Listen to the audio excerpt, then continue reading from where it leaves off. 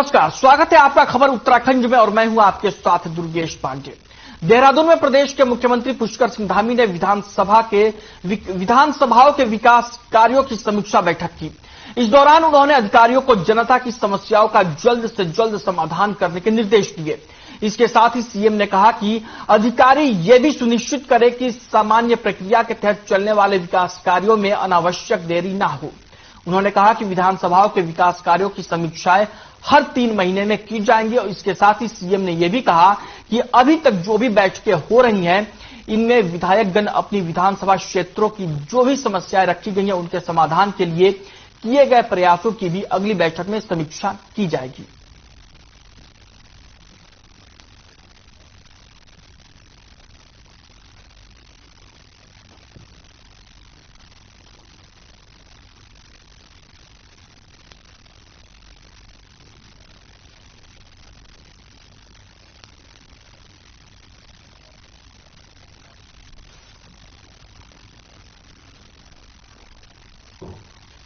वहीं 23 मार्च को उत्तराखंड की धामी सरकार को 1 साल पूरा होने जा रहा है। इस मौके पर उत्तराखंड बीजेपी अपने तमाम कार्यक्रमों की तैयारी कर रही है।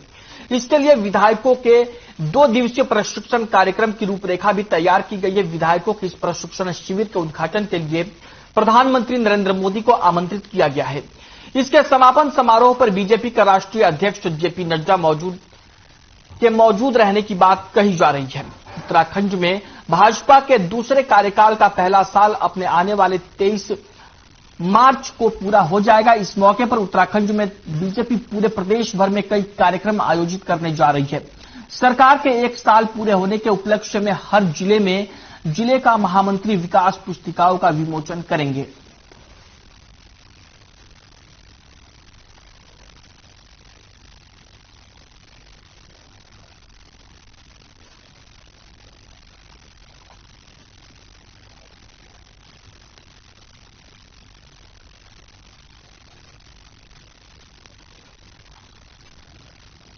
दिए 24, 25, 26 या 26, 27, 28 जो भी केंद्र हमको प्राप्त हो, अपने भारतीय जनता पार्टी के सभी विधायकों का अपना 2 दिवसीय ट्रेनिंग कैंप हम उत्तराखंड में लगाने वाले हैं, जिसमें हमने अनुरोध किया देश के प्रधानमंत्री से।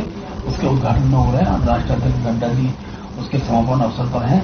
इस कार्यक्रम की तिथि जैसे केंद्र से तय होकर आएगा, हम आपको बताएंगे।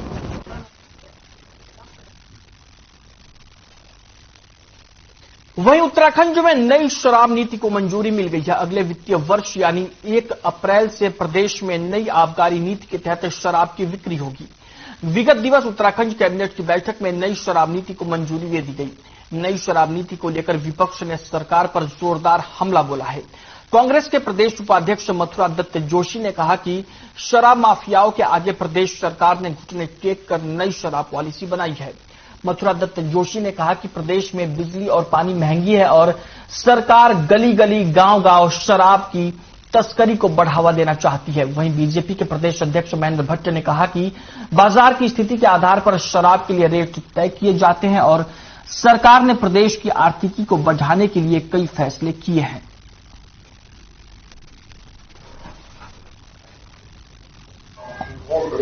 राज्य है इस प्रदेश की जनता का, ये देवभूमि है। मैं कहूंगा देवभूमि का भी दुर्भाग्य है, जहां सरकार पानी महंगा कर रही है, बिजली महंगी कर रही है, मेडिकल की पढ़ाई महंगी कर रही है, इंजीनियरिंग की पढ़ाई महंगी कर रही है, दूध महंगा कर रही है, कफन तक महंगा इस सरकार ने कर दिया। वहीं आप देखें कि देवभूमि में अगर शराब सस्ती हो रही है तो मैं समझता हूं इस प्रदेश का इससे बड़ा दुर्भाग्य और कुछ नहीं हो सकता। पिछली बार शराब महंगी हुई तो विपक्ष ने कहा कि शराब महंगी हो गई। अभी तो सस्ती महंगी का विषय ही नहीं है। अब क्योंकि एक बाजार का तारतम्य होता है, तारतम्य के आधार पर हमारे आर्थिकी के दृष्टिकोण से उसके निर्णय लिए जाते हैं। उस निर्णय को खासतौर पर जो 2 नंबर की शराबें आती हैं, उसके साथ साथ आपका जो तस्करी होती है दूसरे राज्यों से, उसको आधार बनाकर कुछ संशोधन किया है और कुछ दिन बाद विपक्ष कहेगा अच्छा निर्णय। वहीं हल्द्वानी के विधायक सुमित हृदयेश ने हल्द्वानी विधानसभा क्षेत्र के विकास कार्यों को लेकर अधिकारियों के साथ समीक्षा बैठक की। इस दौरान पूर्व में मुख्यमंत्री पुष्कर सिंह धामी ने हर एक विधानसभा से विधायकों से 10-10 प्रस्ताव मांगे। उन पर विधायकों ने अधिकारियों से समीक्षा की, साथ ही शहर की बड़ी योजनाओं पर तेजी से काम करने के निर्देश दिए। इस दौरान मीडिया से बातचीत करते हुए विधायक सुमित हृदेश ने बताया कि उनके द्वारा लगभग 1067 करोड़ के 10 प्रस्ताव मुख्यमंत्री जी को प्रेषित किए गए थे। उसी के आधार पर अब समीक्षा की जा रही है। विधायक सुमित ने कहा कि सबका साथ सबका विकास करने वाली सरकार से हमें उम्मीद है कि वो हल्द्वानी के विकास में भी कोई कोर कसर नहीं छोड़ेगी। अगर ऐसा हुआ तो वो सरकार और मुख्यमंत्री दोनों को बधाई देंगे।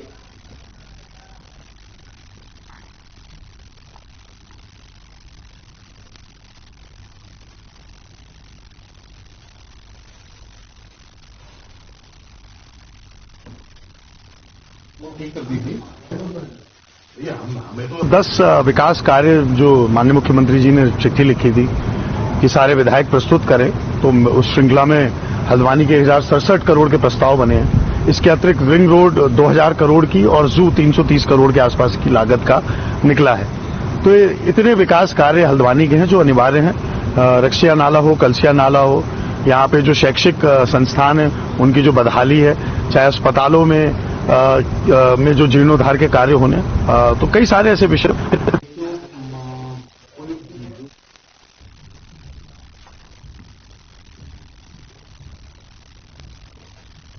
वहीं आज से हिंदू नववर्ष का शुभारंभ हो गया है और आज जो चैत्र नवरात्रि की पहली नवरात्रि शुरू हो गई है। प्रथम नवरात्र में अल्मोड़ा जनपद के सभी देवियों के मंदिर में भक्तों द्वारा सवेरे से ही मां की पूजा अर्चना कर आशीर्वाद लिया जा रहा है। अल्मोड़ा के ऐतिहासिक मां नंदा देवी के मंदिर में स्थानीय भक्तों द्वारा पूजा अर्चना के साथ ग्रहों की पूजा की जा रही है। पुजारी ललित जोशी ने बताया कि पिगलनाथ संवत्सर नाम से संवत्सर नाम आया है। बुद्ध जो है इस बार राजा है।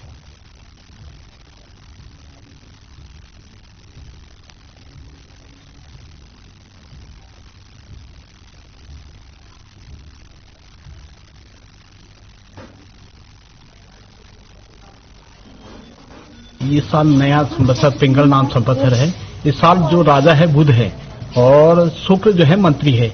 और हर साल यहाँ नंदा देवी को हर साल यहाँ नवरात्रि की पूजा होती है। कलश स्थापन से लेके हम हरीला तक होते हैं और हर साल यहाँ पूजा होती है। लोगों की भीड़ रहती है।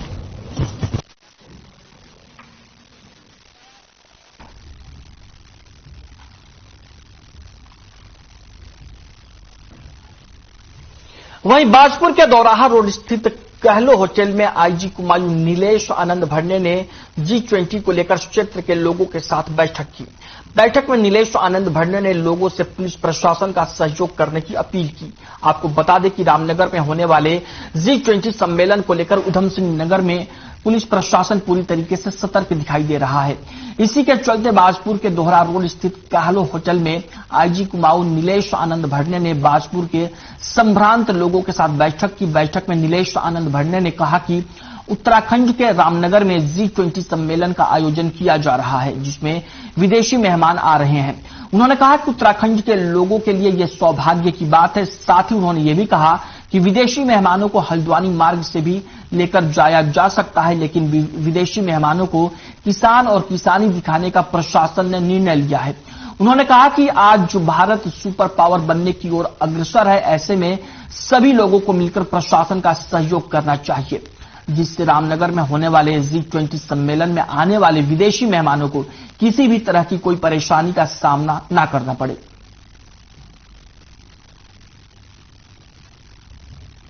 जो भिन्न भिन्न हमारे अभिकरण है इसमें जो है आज एक ये काफी महत्वपूर्ण बैठक है। इसमें हम चाहते हैं कि G20 जो विश्व में एक बहुत बड़ा ग्रुप है, जिसमें भारत जिसको होस्ट कर रहा है और जिसको कुमाऊं में एक बहुत बड़ी जो है साइंटिफिक एडवाइजर कमेटी की जो बहुत उच्च स्तरीय बैठक यहाँ होनी है, तो उसमें जो है ये जो तमाम हमारे जनप्रतिनिधि है, लोकगण है, इनको भी हम सेंसिटाइज कर रहे हैं ताकि इनका भी सहयोग हो। ऐसा नहीं है कि एक बैठक हम ले जो केवल बैठक तक सीमित रहे, तो लोग भी इसमें लोक सहभागिता हो। लोग भी अपने जो है अपने घरों की और अपने दुकानों की साफ सफाई रखे, स्वच्छता रखे, अतिक्रमण न करे, पार्किंग सही रहे, गाड़ियां सही रहे। वहीं आज से नवरात्रि शुरू हो गई है। ऐसे में उत्तर भारत का सुप्रसिद्ध कहा जाने वाला मां पूर्णागिरी मेले में देश के अलग अलग राज्यों से लोग पहुंचने लगे हैं। आपको बता दें कि मां पूर्णागिरी के दर्शन के लिए बड़ी संख्या में श्रद्धालुओं ने पहुंचना शुरू कर दिया है। इसी क्रम में टनकपुर एसडीएम सुंदर सिंह और पुलिस क्षेत्राधिकारी ने धुली घाट से लेकर भैरव मंदिर तक व्यवस्थाओं और श्रद्धालुओं की सुविधाओं को लेकर तैयारियों का औचक निरीक्षण किया, जिसके चलते पाया गया कि बिजली चले जाने पर सिर्फ एक ही जनरेटर की व्यवस्था है, जिसका इस्तेमाल सिर्फ रात को किया जाता है। वहीं दिन के लिए अतिरिक्त जनरेटर न होने से श्रद्धालुओं और तैनात पुलिसकर्मियों को कई बार परेशानियों का सामना करना पड़ता है, जिसको लेकर कार्रवाई करते हुए एसडीएम और मेला मजिस्ट्रेट सुंदर सिंह ने एक और अतिरिक्त जनरेटर लगाए जाने के संबंध में मेला अधिकारी और ठेकेदार को निर्देश दिए। नवरात्रों का पहला दिन है, तो श्रद्धालुओं की संख्या को देखते हुए मेरे और पुलिस क्षेत्र अधिकारी टनकपुर द्वारा भैरव मंदिर में जितने भी हमारे मेला क्षेत्र में सेक्टर वो थाने हैं, संबंधित थाने हैं, उनके साथ मीटिंग ली गई और कल आने वाली भीड़ को देखते हुए सारे इंतजाम किए गए। आज ही ये बात मीटिंग में आई थी, तो ठेकेदार को तत्काल बता के और उसने वहां पहुंचा भी दिया गया था और सारी जितनी भी जो कमियां हैं सब दूर की जाएगी और सारी व्यवस्थाएं पूर्ण है।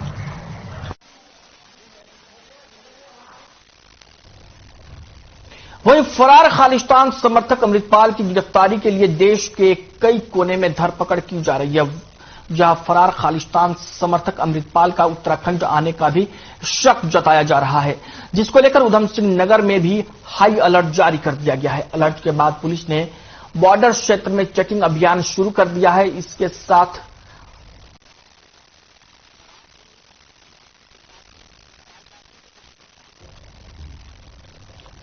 पांच थानों में पीएसी तैनात की जा चुकी है। साथ ही कुंडा थाने में अमृतपाल के समर्थन में पोस्ट करने वाले युवक के खिलाफ मुकदमा दर्ज किया गया है। पुलिस लाइन में 2 कंपनी से अधिक पीएसी को रिजर्व में रखा गया है। अभी अधिकारियों को अपने अपने क्षेत्र में अराजक तत्वों पर नजर बनाने और चेकिंग अभियान चलाने के निर्देश भी जारी किए गए हैं।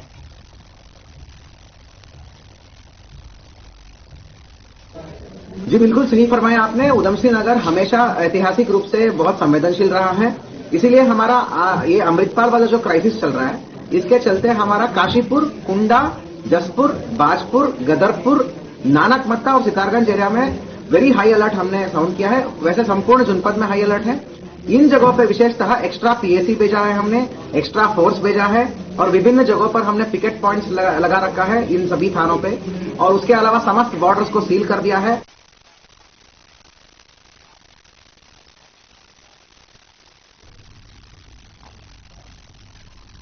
वहीं उत्तराखंड के ग्रामीण क्षेत्रों को यातायात से जोड़ने के लिए शुरू की गई प्रधानमंत्री ग्राम सड़क योजना ढर्रे पर खड़ी नजर आ रही है। आपको बता दें कि बदहाल सड़क से लोगों को काफी परेशानियों का सामना करना पड़ रहा है। तो लोगों का आरोप है कि ठेकेदार द्वारा समय पर काम पूरा नहीं किया गया, जिसके चलते वायर क्रेच और दीवारों पर 47 लाख में से सिर्फ 5 लाख ही खर्च हो पाया है। साथ ही वर्तमान में सड़क लोक निर्माण विभाग को ट्रांसफर की जा चुकी है।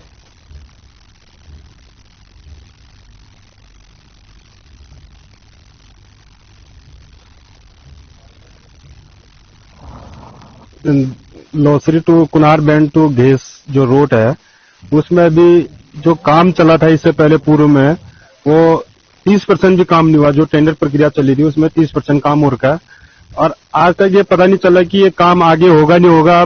अभी तो जो पीएमजेएसवाई के पास रोड थी, अभी वो पीडब्ल्यूडी में ट्रांसफर हो गई है। अब वो ये पता नहीं चला कि उसमें पीडब्ल्यूडी काम करेगी या पीएमजेएसवाई काम करके क्लियर देगी। ये करना चाहिए। ये अभी कोरोना से पहले इसका टेंडर हुआ था जो कि 80 लाख का हुआ था। ये बीच में थोड़ी बहुत आए, उनने थोड़ी बहुत काम किया, कहीं गड्ढे खोद दिए, कहीं किया नहीं, कहीं कुछ करके अपना सामान इधर रखा हुआ। लेकिन अब हमारी रोड भी पीडब्ल्यूडी को ट्रांसफर हो चुकी है, तो पीडब्ल्यूडी वाले भी कुछ सुनने के लिए तैयार नहीं। बिल्कुल बदहाली है। यहाँ जो गड्ढे थे वो गड्ढे वैसे ही हैं, बीच में कुछ काम आया था और वो भी आधा थोड़ी बहुत करके वो चले गए। वो भी अभी गड्ढे फिर हो गए, वहां फिर गड्ढे हो गए। 2 वर्ष पूर्व में पीएमजेएसवाई के तहत इसमें टेंडर हुआ था और डामनीकरण के लिए, और 2 वर्ष पूर्ण होने के बावजूद भी केंद्रीय एसवाई ने रोड में गड्ढे खुदवा दिए हैं और गड्ढे खुदवाने के बाद उसको बंद नहीं करा। जानकारी के मुताबिक है कि हमारे डिवीजन की रोडें जो है फेडरल।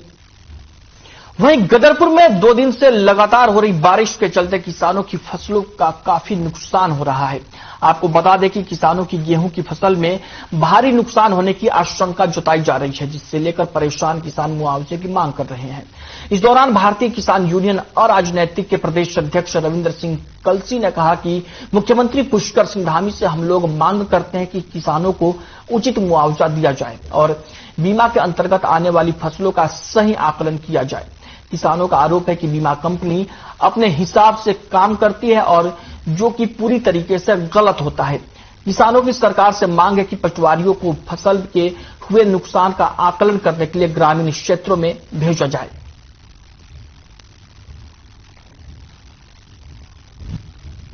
ग्राम पंचायत खडोरा में लगभग 70% लोग खेती करते हैं, खेती पर ही निर्भर है। उनकी आजीविका जो है फसल ही है और मजदूरी के साथ साथ अपना भरण पोषण के लिए खेती करते हैं वो। और जो 2 दिवसीय बारिश हुई, इस 2 दिवसीय बारिश में लगभग 80% यहाँ पे हमारे किसानों की खेती नष्ट हो चुकी है। गेहूं जो इस समय आप देख रहे हैं पकने वाला है गेहूं, ये कुछ ही दिनों में लगभग पक जाएगा और पूरा जो है बिछ गया है, ऊपर से पानी चल रहा है। क्योंकि अभी लगातार बरसात जारी है, अभी मौसम खुला भी नहीं है और इसके बाद जैसे भी ज्ञापन दिया जाएगा और आपके माध्यम से भी मैं निवेदन करना चाहता हूं हमारे स्थानीय जो हमारा प्रशासन है और हमारे मुख्यमंत्री महोदय से कि बहुत बड़ा नुकसान, क्योंकि इस बार बहुत अच्छी फसल थी, हर फसल बहुत अच्छी थी क्योंकि जाड़ों में बरसात नहीं हुई थी और जिससे नीचे की गेहूं भी बहुत अच्छी खड़ी थी, लाही भी नीचे में बहुत अच्छी हुई थी, लेकिन कहीं ना कहीं लाही भी अभी पूरी तरह से जो है किसानों ने संभाल नहीं पाए उसको। बहुत सारे किसानों की अभी भी कटी खेत में पड़ी है। वहीं देहरादून के जॉलीग्रांट हवाई अड्डे के नामकरण को लेकर अब सियासत गरमाने लगी है। दरअसल हरिद्वार सांसद डॉक्टर रमेश पोखरियाल निशंक ने बीते रोज केंद्र सरकार को पत्र लिखकर हवाई अड्डे का नाम पूर्व प्रधानमंत्री भारत रत्न स्वर्गीय अटल बिहारी वाजपेयी के नाम पर रखने की सिफारिश की है, जिसको लेकर कांग्रेस ने अब सवाल खड़े किए हैं। कांग्रेस का कहना है कि पूर्व सीएम त्रिवेंद्र सिंह रावत के द्वारा अब हरिद्वार सांसद डॉक्टर रमेश पोखरियाल निशंक ने भी जॉलीग्रांट हवाई अड्डे को स्वर्गीय अटल बिहारी वाजपेयी के नाम पर करना चाहते हैं, लेकिन 2016 में पूर्व मुख्यमंत्री हरीश रावत ने तो केंद्र को प्रस्ताव भेजा था कि हवाई अड्डे का नाम आदि गुरु शंकराचार्य के नाम पर होना चाहिए। कांग्रेस की मुख्य प्रवक्ता गरिमा मेहरा दसौनी ने सवाल खड़े किए कि बीजेपी के लोग बताए कि आखिर आदि गुरु शंकराचार्य से और पूर्व सीएम हरीश रावत के प्रस्ताव से उन्हें दिक्कत क्या है।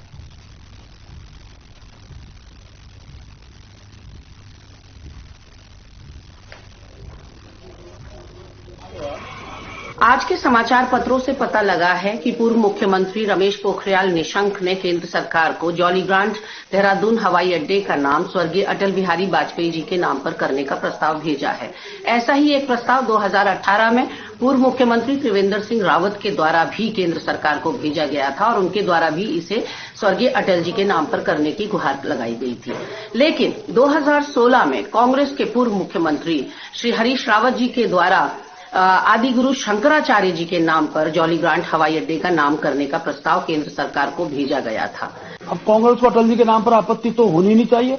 आखिर आज इस राज्य के अंदर नेता प्रतिपक्ष की भूमिका कांग्रेस को मिली है तो तभी मिली जब राज्य बना है और इस राज्य की निर्माण में अटल जी के योगदान को उत्तराखंड जनता कभी भूल नहीं सकती है और एक सकारात्मक निर्णय। अभी ठीक है कि आज वो जिस को उठा रहे हैं तो उनके समय उनके कालखंड में समय था इसकी वो चर्चा कर रहे हैं तो उस नाम पर भी करते तो आपत्ति हमको कोई नहीं थी। आज उनको आपत्ति उठाने का कोई औचित्य बनता नहीं है।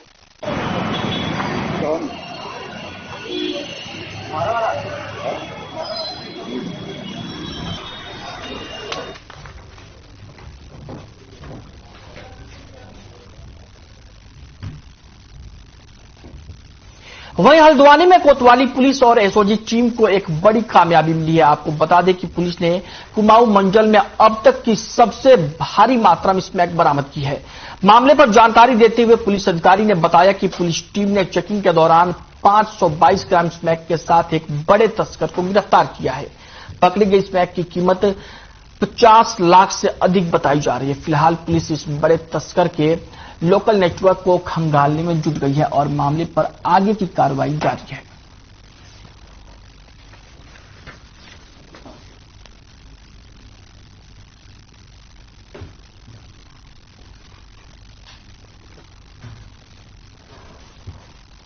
जितेंद्र पाल जो है आज इसको एसओजी हमारी नैनीताल ने अरेस्ट किया है। इसके पास से जो है 522 ग्राम स्मैक बरामद की है, जो काफी उच्च कोटि की स्मैक है और ये बड़े लेवल का जो है पेडलर डिस्ट्रीब्यूटर है, जो माल जो है ये यूपी की तरफ से आता है और पहाड़ों पे भी जाता है माल। और ये लगभग जो है यहाँ की लोकल कीमत इसी 50 लाख से ऊपर है, अंतर्राष्ट्रीय कीमत 1 करोड़ से ऊपर इसकी आकी जा रही है। कुमाऊं की सबसे बड़ी अब तक की ये ड्रग्स की रिकवरी है और नैनीताल पुलिस लगातार जो है ये हमारे माननीय मुख्यमंत्री जी का जो ड्रग्स फ्री उत्तराखंड 2025 का नारा है, इस पे हम लोग बहुत सख्ती से कार्रवाई कर रहे हैं।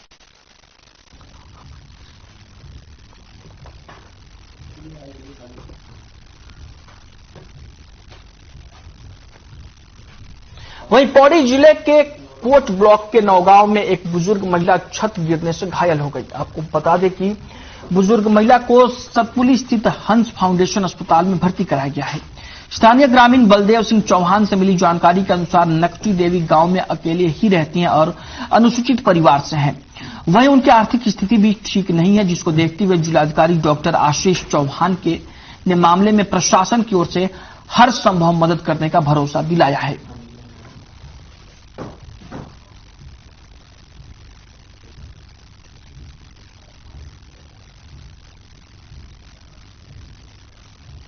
घटना जो है ग्राम नौगांव बनेल सिंह विकास खंड कोट पौड़ी गढ़वाल की है, जो है कल 20 तारीख को 3:15 बजे घटी, जिसमें जो है ग्राम नौगांव की नकटी देवी का मकान टूट गया और जो है उसके पत्थर गिरने से जो है पांव जो है बिल्कुल अलग हो गया।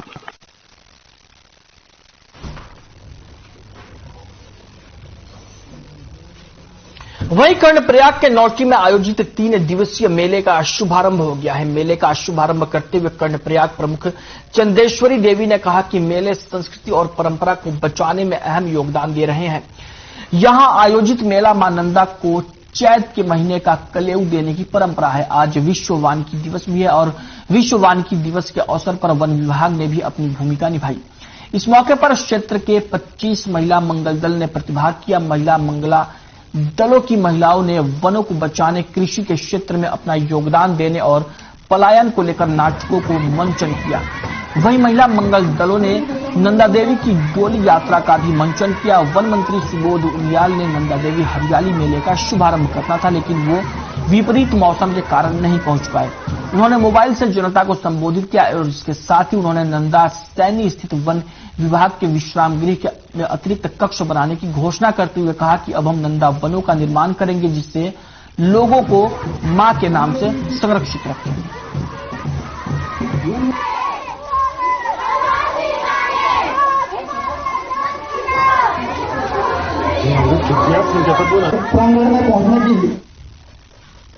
बुलेटिन में फिलहाल के लिए इतना ही। मुझे दीजिए इजाजत। नमस्कार।